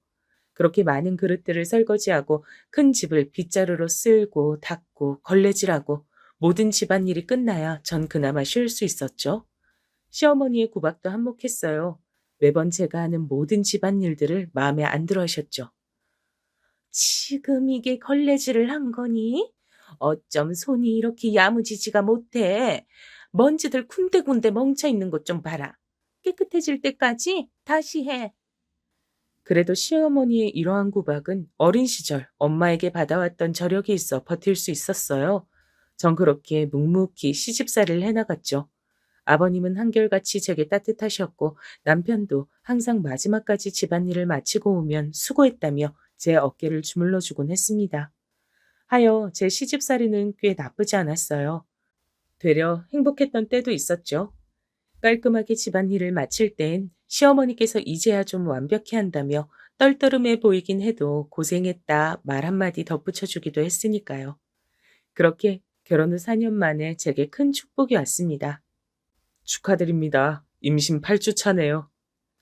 제 임신 소식은 시댁은 물론이고 친정집에서도 경사와 같았어요. 소식을 전하고자 전화를 걸었는데 저 수화기 너머로 엄마가 기뻐하며 축하해 주셨죠. 그래, 왜 이렇게 소식이 뜸한가 했어. 네가 시집간 지 4년이나 지났는데 언제 이 소식을 듣나 했다. 어찌됐건 축하한다. 고마워요, 엄마. 근데 아기가 아들인지 딸인지는 언제 알 수 있대니? 꼭 아들이어야 할 텐데. 안 되겠다. 내가 아는 무당집에 가서 부적이라도 써야지.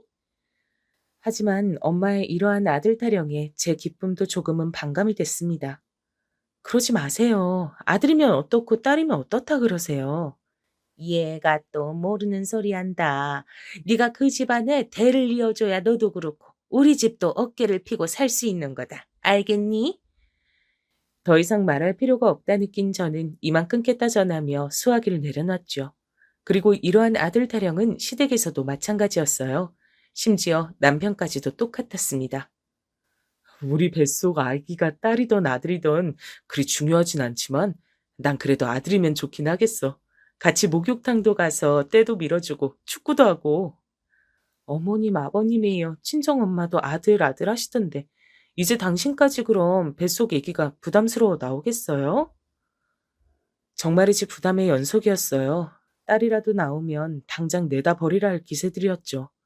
시간이 흘러 제 배는 점점 풍선처럼 불러왔어요. 그럴수록 거동도 힘들어지고 숨쉬기도 벅찼죠. 가끔씩 뱃속 아기가 발로 뻥뻥 찰 때면 장기 전체가 뒤틀리는 것 마냥 아파했어요. 그 광경을 본 남편은 아기가 발길질하는 게 예사롭지 않다며 아들인 게 틀림없다고 좋아했죠. 제 걱정은 고사하고 이 와중에도 아들 타령을 하는 남편의 배를 똑같이 때려주고 싶었답니다. 이후 명절이 다가왔어요. 항상 시댁과 함께였기에 이번만큼은 제사만 지낸 후 친정집으로 가 좀 쉬라는 시부모님의 배려가 있으셨어요. 전 감사의 말씀을 표한 뒤 남편과 친정으로 향했죠. 안타깝게도 아직 장가를 가지 못한 두 오빠들 때문에 엄만 홀로 음식을 준비하고 계셨어요. 저와 남편을 보자 놀라시며 왜 시댁에 있지 않고 여기까지 왔냐며 물으셨죠. 시부모님의 배려가 있었다 말씀드리니 그제서야 반가워하는 눈치였어요. 남편은 피곤했는지 오자마자 양해를 구하곤 바로 잠들었고 엄만 저보고 편히 앉아있으라 하셨지만 혼자 음식을 준비하는 엄마를 그냥 지나칠 수가 없겠더라고요. 그래서 저도 도와주겠다며 거들었죠. 엄마도 크게 사양은 하지 않으셨어요. 그리고 이어 방 안에 있던 오빠들이 슬금슬금 나와 절 봤죠. 오랜만이네. 시집 잘 가더니 얼굴이 좀 핀 것 같다. 누군 이 낡은 옥탑방에서 이러고 사는데 누군 좋은 집구석에서 먹고 사니 살판 났겠어. 만들어 놓은 전을 하나 집어먹으며 얄밉게 큰오빠가 말했어요. 그러게, 때깔이 고와졌네. 근데 네가 아무리 날고 겨봤자 우리 집에선 뭣도 아닌 셋째 딸년이지 뭐. 야, 너 온 김에 우리 담배 한 가씩만 사다 주라. 뒤이어 배불러 있는 동생에게 던지는 말본세하며 하다 심부름을 시키는 작은 오빠가 얄밉게 텔레비전을 틀으며 말했죠. 엄마는 그 광경을 옆에서 지켜보면서 아무 말씀도 없으셨어요. 말리거나 제지하는 것도 없이 묵묵히 전을 부치고 계셨죠. 물론 처음엔 거절을 했지만 좋은 집에 사모님 되더니 오빠들 하는 말들이 웃음내며 화를 내는 두 오빠들의 모습에 전 어쩔 수 없이 밖을 나섰습니다. 세상 모르고 잠에 든 남편과 오빠들 말이라면 꿈뻑 죽는 엄마에게 대신 부탁을 하기도 뭐했죠. 그렇게 낑낑대며 담배 두 갑을 사들고 그 언덕을 올라 옥탑방 계단까지 올라가는데 계단을 다 올라오니 순간 머리가 핑 돌더라고요. 전 그대로 그 자리에 쓰러지고 말았어요. 정신을 차리고 보니 병원이었고 옆에선 보호자 의자에 앉아 고개를 숙이고 있는 남편이 있었죠. 남편을 부르니 제가 깨어난 걸 알았는지 숙이고 있던 고개를 천천히 들어 절 보더라고요. 그제서야 남편이 울고 있었다는 걸 알 수 있었어요. 그리고 제 배가 홀쭉해졌단 것도요. 세상에 나와 빛 한 줌 보지 못한 채 제 아기는 그렇게 떠나고 말았습니다. 몇 날 며칠을 울었는지 모르겠어요. 온몸이 팅팅 부을 정도로 오열을 하다 보니 화상 흉터들이 쑤시는 것 같더라고요. 괜히 제게 심부름을 시킨 오빠들이 미웠고 그걸 옆에서 보면서도 말리지 않고 조용히 있던 엄마도 미웠습니다. 그렇게 떠나게 한 제 아기에게 너무 미안하고 그 상황이 절망적이었어요. 그리고 절 더욱 냉혹하게 만든 현실은 아직 몸조리조차 끝나지 못한 제게 뺨을 때리며 욕설을 퍼붓는 시어머니와 그 광경을 지켜보고도 말리지 않는 시아버님과 남편이었죠. 임신 이후 저를 따뜻하게 대해주던 시댁 식구들은 한순간에 절 차갑게 대하기 시작했어요. 하루하루 제 삶은 나락으로 떨어지는 것 같았죠. 이후 트라우마라도 생긴 건지 더 이상 아이를 가질 마음의 준비가 들지 않더라고요. 하지만 남편은 아이를 원했고 몇 번이고 제게 아이를 갖길 시도했지만 전 몇 번이고 거절을 할 수밖에 없었습니다. 시간은 빠르게 흘렀지만 식구들의 냉대는 똑같았습니다. 아가, 국이 좀 짜구나. 간을 다시 해야겠어. 요즘 따라 음식간이 하나도 안 맞다. 신경 좀 써라. 평생 반찬 타박 없으셨던 아버님은 이후 간이 안 맞는다며 핀잔하게 일쑤셨고, 예, 다림질을 할 거면 제대로 좀 해야지. 여기 아직 주름진 거 안 보이니? 어쩜 잘하는 게 하나 없어. 모든 집안일을 따라다니며 잔소리하고 구박하는 시어머님이었죠. 여보, 이제 들어와요? 오늘도 늦었네. 그리고 무엇보다 남편이 점점 집을 늦게 들어오기 시작하더라고요. 제 말에도 별다른 대답 없이 화장실로 간 남편은 씻고 오더니 저에게 등을 돌려 잠을 청했죠. 점점 늦어지는 횟수가 늘어나고 이젠 외박까지 하기 시작했어요. 남편을 기다리며 전 뜬 눈으로 밤을 새기도 했답니다. 다음날 아침이 돼서 뒤늦게 남편이 들어왔어요. 당신 어디 있다 이제 오는 거야? 하루가 멀다 하고 늦게 들어오고 이젠 외박까지 해? 같이 일하시는 아버님은 퇴근 시간 맞춰 오셔서 저녁도 드시고 하는데 당신 혹시 여자 생겼어? 전 아무렇지 않게 방에 들어와 옷을 갈아입으려는 남편을 붙잡고 물었어요. 이거 놔. 아빠가 이제 사업 일부를 내게 위임했어. 그래서 지금 거래처 접대도 하고 온 거고 다 우리 가족 먹여 살리려고 이러는데 생각하는 꼬라지하곤. 제가 부여잡은 옷깃을 떼내며 큰 소리로 그 자리를 피하는 남편이었어요. 전 의심스럽긴 해도 남편의 말을 믿고자 넘어갔죠. 그런데 며칠 뒤에도 외박을 하고 온 남편의 자켓에는 여자 향수 냄새가 진동을 하는 겁니다. 전 이 향수 냄새의 근원지를 또 전처럼 물어봤자 이리저리 핑계대며 둘러댈 것이 뻔하니 무엇이 진실인지 직접 가보자 생각했죠. 그래서 다음날 남편 퇴근 시간대에 맞춰 회사 근처로 가봤습니다.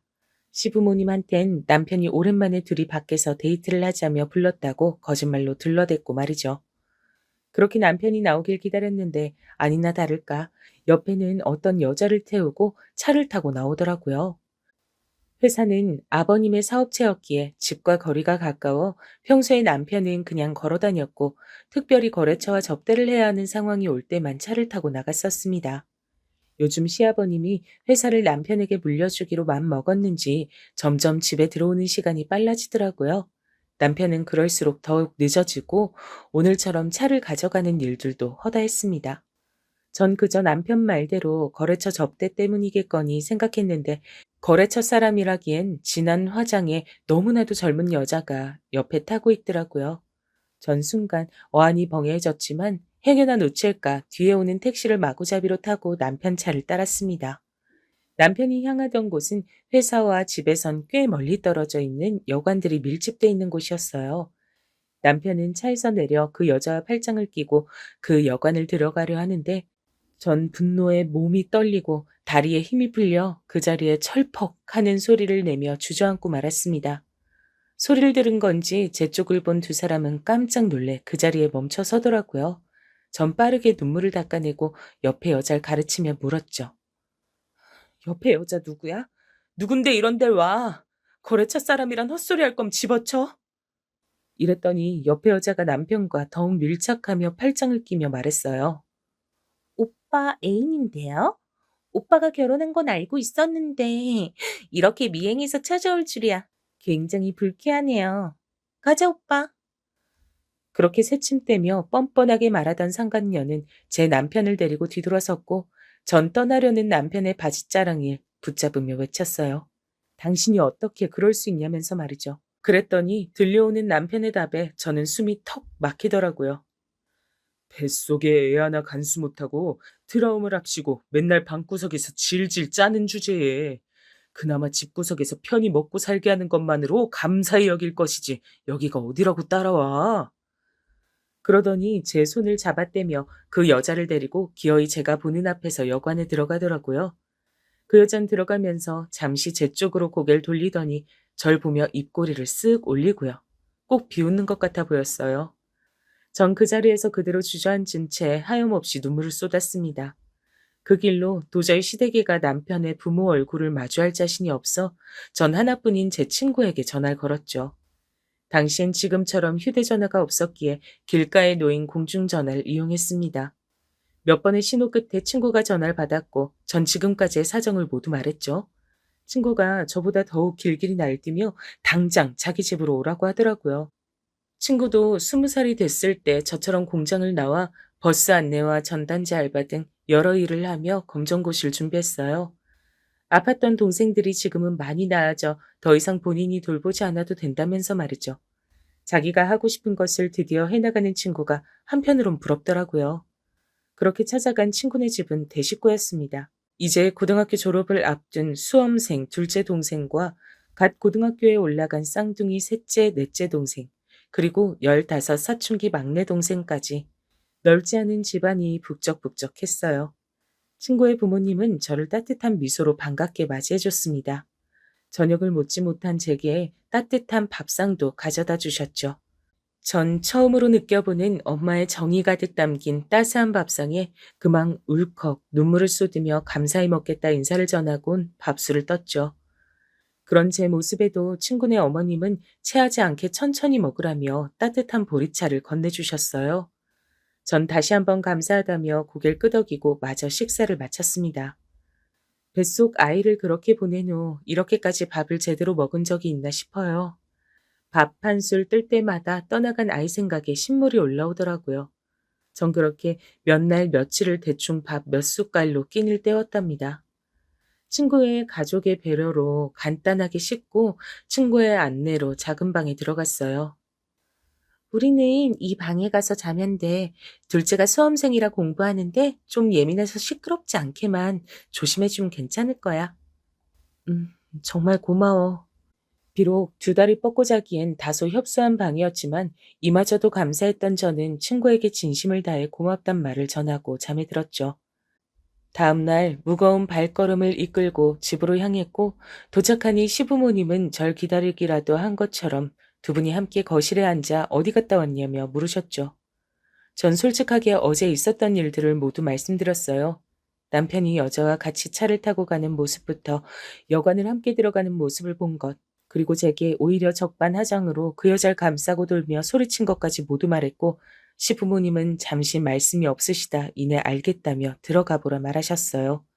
그렇게 방으로 들어가려는데 뒤에서 시부모님의 쑥덕거리는 소리가 들리더라고요. 애가 오죽했음 바람을 필까. 본처가 잘해야 바람을 안 피지. 다 제가 못하니까 우리 애가 밖으로 싸돌아다니는 거예요. 이 와중에 남편 바람핀 것도 제 탓으로 만드는 시어머니와 쉿, 조용히 말을 해야지. 거참 조심성이 없어.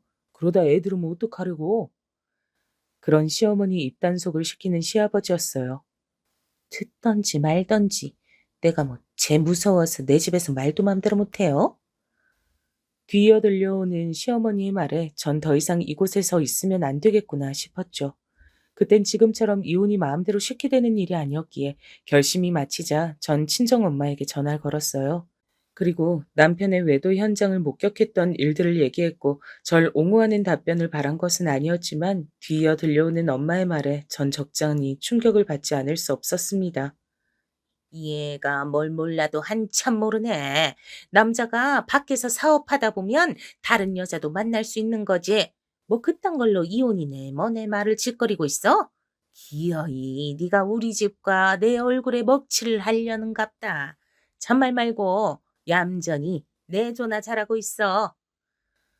소리를 냅다 지른 친정엄만 그렇게 전화를 끊었습니다. 전 한참을 끊어진 수화기만을 바라보다 결심했어요. 더 이상 친정엄마나 다른 사람의 의견보다 제가 하고 싶은 것에 더 집중하자고요. 그날도 어김없이 늦게 온 남편에게 이혼을 하자며 먼저 말을 꺼냈죠.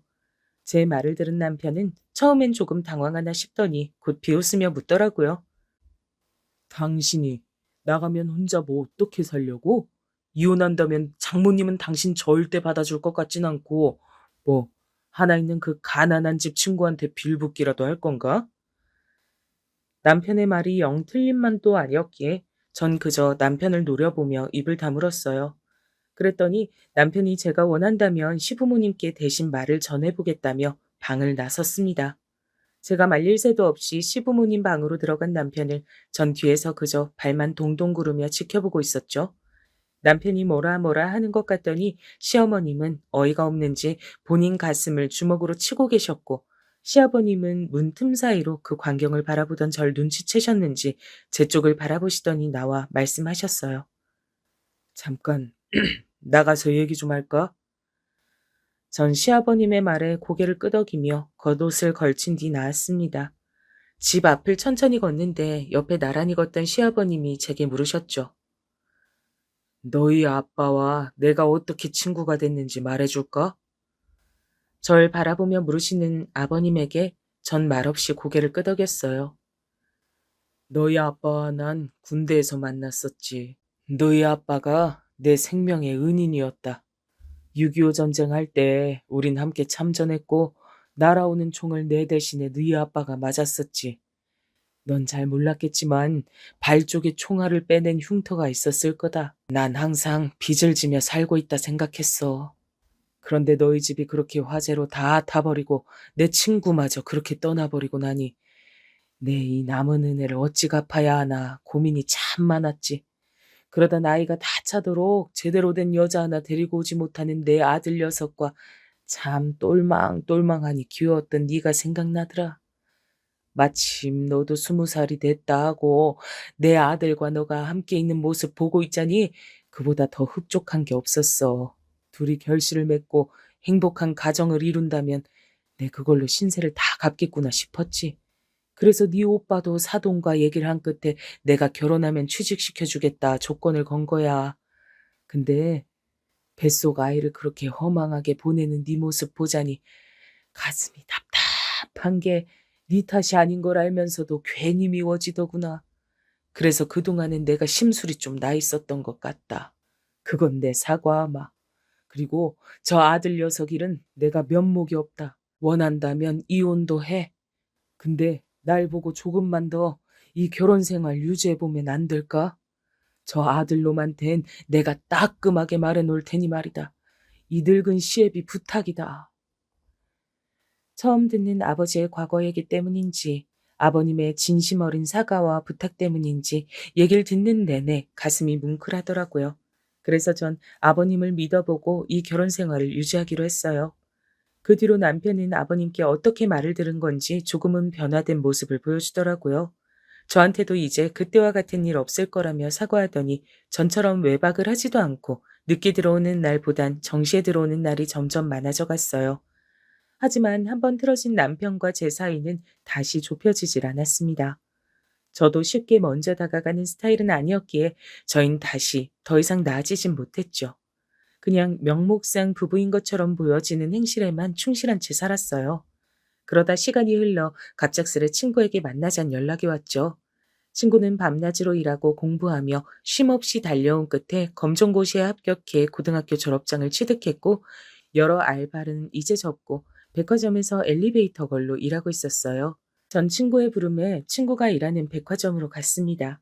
그런데 회사에서 일을 하고 있어야 할 남편이 그곳에 있더라고요. 전 반갑게 남편을 부르려는 순간 옆에 여자와 나란히 있다는 걸 알아챘어요. 그리고 그 여자가 전에 제가 봤던 그 여자와 같은 사람이라는 것도 알 수 있었죠. 그 여자에게 화장품을 선물해 주는 것 같았습니다. 연애 때 이후로 생일에도 선물 하나 제대로 못 받아본 저로서는 어이가 없어 실수만 나오더라고요. 개벌은 남 못 준다고 남편의 그 무섭다는 늦바람은 절 속여가며 계속 이어가는 중이었습니다. 지금까지 절 기만했다는 배신감에 치가 떨렸고 더 이상은 상종하고 싶지 않다는 생각이 들더라고요. 그래서 그 두 사람을 뒤로한 채 백화점을 벗어나려는데 뒤늦게 나타난 친구가 절 붙잡으며 말했어요. 저 여자 너가 말한 네 남편이랑 바람난 여자 맞지? 너가 피할 게 뭐 있어. 잘못은 쟤들이 했는데. 똥이 무서워서 피하나 더러워서 피하지. 그건 맞지만 그럼 너 계속 저런 인간이랑 살 거야? 그러지 말고 그 집에서 나와.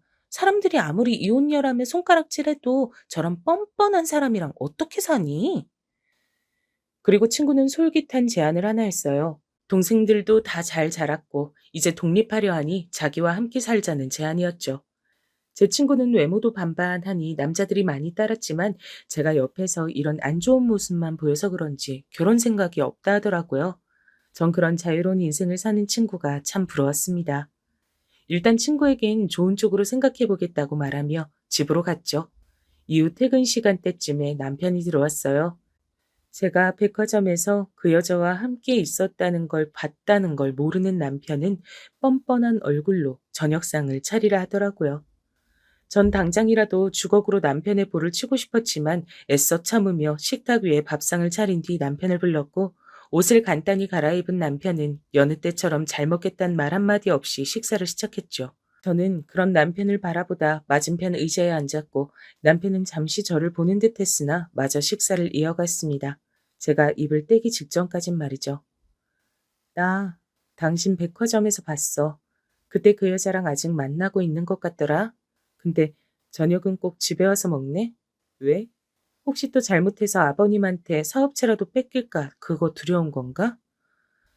나름 침착하게 말하려 했는데 목소리가 떨리게 나오는 건 어쩔 수가 없더라고요. 제 말을 들은 남편은 먹던 식사를 멈추곤 저를 보며 말했어요. 아까 백화점에 있었구나.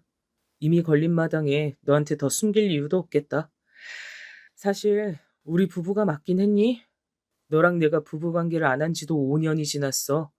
이 관계를 언제까지 지속해야 할지, 그리고 너한테 어떻게 말을 해야 할지 고민 많았는데 마침 잘 됐네. 우리 이만 끝내자. 너무나도 태연하게 말하던 남편의 모습에 말문이 턱 막히더라고요. 사실 영 틀린 말도 아니었기에 더욱이 남편 말에 반박을 할 수가 없었어요.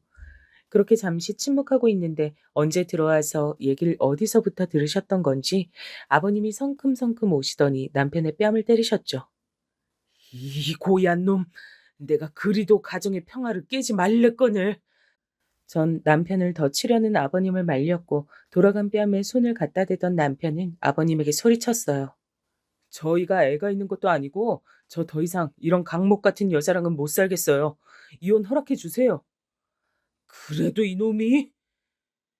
아버님은 다시 한번 남편을 향해 손을 올리셨고 저는 그런 아버님을 막으며 말했어요. 저도 이제 관계 정리하고 싶습니다, 아버님. 지금껏 저희 아버지 몫까지 저를 예뻐해 주신 건 정말 감사드리지만 이제 정말 그만하고 싶어요. 아버님은 제 말을 듣더니 올리던 손을 내리며 숨을 고르시곤 방으로 들어가시며 절 부르셨어요. 아버님을 따라 안방으로 들어갔고 이윽고 제게 통장을 하나 건네주셨습니다. 위자료라 생각해라. 자식 잘못 키운 내 탓이 크다. 아버님이 건네준 통장엔 꽤나 큰 금액이 들어있었어요. 전 부담스럽다며 괜찮다 사용했지만 제가 받아야지 두 다리 뻗고 편히 쉴 것 같단 아버님의 말에 눈물을 글썽이며 감사의 살 전했고 그 길로 전 짐을 싸고 나와 친구네 집으로 향했습니다. 나오는 길에 큰 짐을 들고 나가는 절 본 시어머니는 당황하며 어디 가냐 물으셨지만 전 그저 안녕히 계세요 라는 인사만 남긴 채 길을 떠났죠. 작은 친구네 집에 오래 신세를 질 수가 없었기에 친구와 저는 곧바로 작은 방 하나를 얻었고 남편과의 이혼 절차를 하나씩 밟아갔어요. 뒤늦게 이 소식을 들은 엄만 노발대발하며 제게 소리쳤죠. 기어이 네가 내 얼굴에 먹칠을 하는구나. 버러지 같은 건. 행여나 갈데없고 굶주려도 내 집에 오거나 내 집에서 콩 하나라도 얻어먹을 생각 말아라. 넌 이제 내 딸 아니야. 분노에 찬 목소리로 전화를 끊어버린 엄만 이후 제가 다시 전화를 걸어도 제 목소리만 들린다면 바로 전화를 끊으셨어요. 집에 찾아가도 문전박대에 하루는 제게 소금까지 치며 절 귀신 취급한 적도 있었습니다.